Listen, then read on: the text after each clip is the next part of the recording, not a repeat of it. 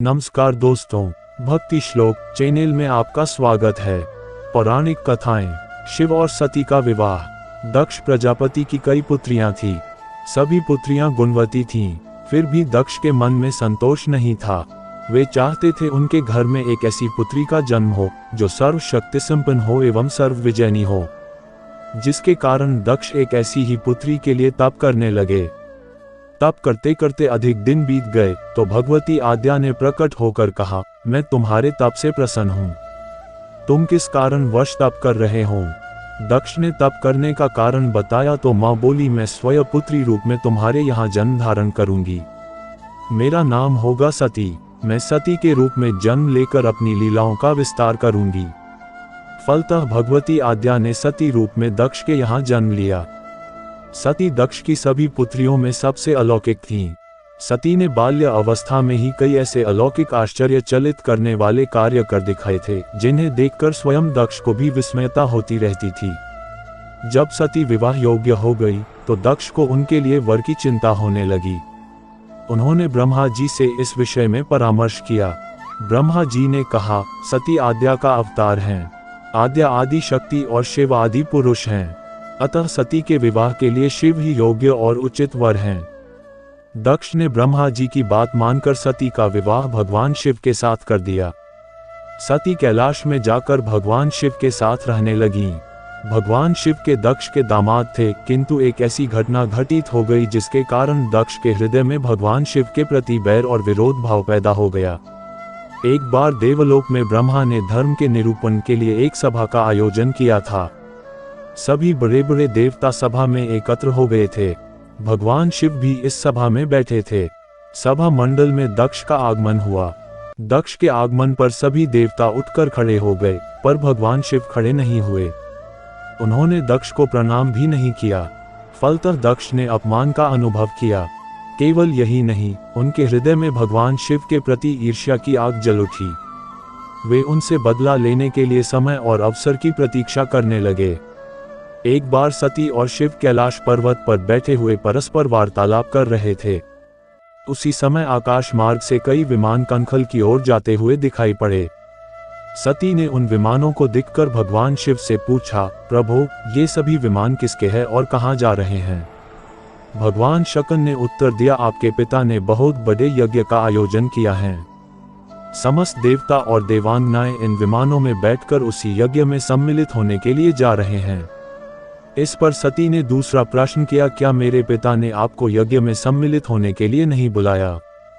भगवान शंकर ने उत्तर दिया, आपके पिता मुझसे बैर रखते हैं, फिर वे मुझे क्यों बुलाने लगे? सती मन ही मन सोचने लगी, फिर बोली, यज्ञ के इस अवसर पर अवश्य मेरी सभी बहनें आएंगी। उनसे मिले हुए बहुत दिन हो गए। यदि आपकी अनुमति हो तो मैं भी अपने पिता के घर जाना चाहती हूँ। यज्ञ में सम्मिलित हो लूंगी और बहनों से भी मिलने का सुअवसर मिलेगा। भगवान शिव ने उत्तर दिया, इस समय वहां जाना उचित नहीं होगा। आपके पिता मुझसे जलते हैं, हो सकता है वे आपका भी अपमान करें। बिना बुलाए किसी के घर जाना उचित नहीं होता है। इस पर सती ने प्रश्न किया, ऐसा क्यों? भगवान शिव ने उत्तर दिया, विवाहिता लड़की को बिना बुलाए पिता के घर नहीं जाना चाहिए, क्योंकि विवाह हो जाने पर लड़की अपने पति की हो जाती है। पिता के घर से उसका संबंध टूट जाता है। लेकिन सती पीहर जाने के लिए हट करती रहीं, अपनी बात बार बार दोहराती रहीं। उनकी इच्छा देखकर भगवान शिव ने पीहर जाने की अनुमति दे दी। उनके साथ अपना एक गण भी साथ में भेज दिया। उस गण का नाम वीरभद्र था। सती वीरभद्र के साथ अपने पिता के घर गईं। घर में सती से किसी ने भी प्रेमपूर्वक वार्तालाप नहीं किया। दक्ष ने उन्हें देखकर कहा, तुम क्या यहाँ मेरा अपमान कराने आई हो? अपनी बहनों को तो देखो, वे किस प्रकार भांति भांति के अलंकारों और सुंदर वस्त्रों से सुसज्जित हैं। तुम्हारे शरीर पर मात्र बाघंबर हैं। तुम्हारा पति श्मशानवासी और भूतों का नायक है। वह तुम्हें बाघंबर छोड़कर और पहना ही क्या सकता है? दक्ष के कथन से सती के हृदय में पश्चाताप का सागर उमड़ पड़ा। वे सोचने लगी, उन्होंने यहाँ आकर अच्छा नहीं किया। भगवान ठीक ही कह रहे थे, बिना बुलाए पिता के घर भी नहीं जाना चाहिए। पर अब क्या हो सकता है? अब तो आ ही गई हूँ। पिता के कटु और अपमानजनक शब्द सुनकर भी सती मौन रहीं। वे उस यज्ञ मंडल में गईं जहां सभी देवता और ऋषि मुनि बैठे थे तथा यज्ञ कुंड में धू धू करती जलती हुई अग्नि में आहुतियां डाली जा रही थीं। सती ने यज्ञ मंडप में सभी देवताओं के तो भाग देखे, किंतु भगवान शिव का भाग नहीं देखा। वे भगवान शिव का भाग न देखकर अपने पिता से बोली, पितृश्रेष्ठ यज्ञ में तो सबके भाग दिखाई पड़ रहे हैं, किंतु कैलाशपति का भाग नहीं है। आपने उनका भाग क्यों नहीं रखा? दक्ष ने गर्व से उत्तर दिया, मैं तुम्हारे पति शिव को देवता नहीं समझता। वह तो भूतों का स्वामी, नग्न रहने वाला और हड्डियों की माला धारण करने वाला है। वह देवताओं की पंक्ति में बैठने योग्य नहीं है। उसे कौन भाग देगा? सती के नेत्र लाल हो उठे, उनकी भौहें कुटिल हो गईं। उनका मुखमंडल प्रलय के सूर्य की भांति तेजोदीप्त हो उठा। उन्होंने पीड़ा से तिलमिलाते हुए कहा, ओह, मैं इन शब्दों को कैसे सुन रही हूँ, मुझे धिक्कार है।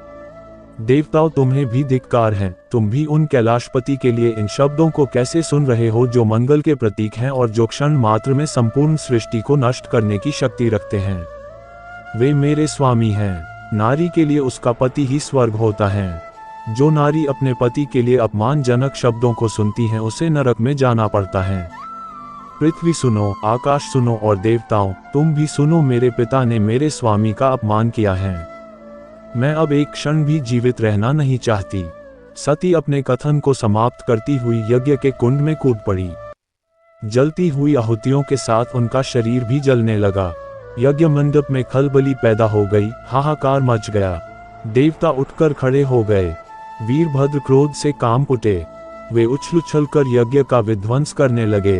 यज्ञ मंडप में भगदड़ मच गई। देवता और ऋषि मुनि भाग खड़े हुए। वीरभद्र ने देखते ही देखते दक्ष का मस्तक काटकर फेंक दिया। समाचार भगवान शिव के कानों में भी पड़ा।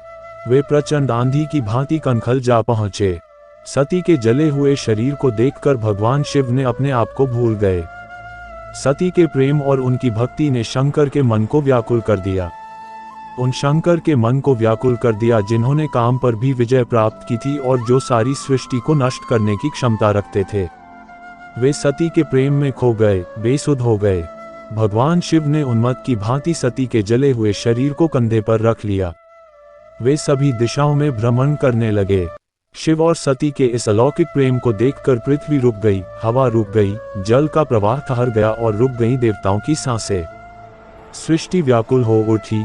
सृष्टि के प्राणी पुकारने लगे, पाहिमाम पाहिमाम। भयानक संकट उपस्थित देखकर सृष्टि के पालक भगवान विष्णु आगे बढ़े।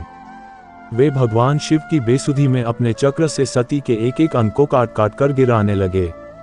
धरती पर 51 स्थानों में सती के अंग कट कट कर गिरे। जब सती के सारे अंग कट कर गिर गए तो भगवान शिव पुनः अपने आप में आए। जब वे अपने आप में आए तो पुनः सृष्टि के सारे कार्य चलने लगे। धरती पर जिन 51 स्थानों में सती के अंग कट कट कर गिरे थे वे ही स्थान आज शक्ति के पीठ स्थान माने जाते हैं। आज भी उन स्थानों में सती का पूजन होता है, उपासना होती है।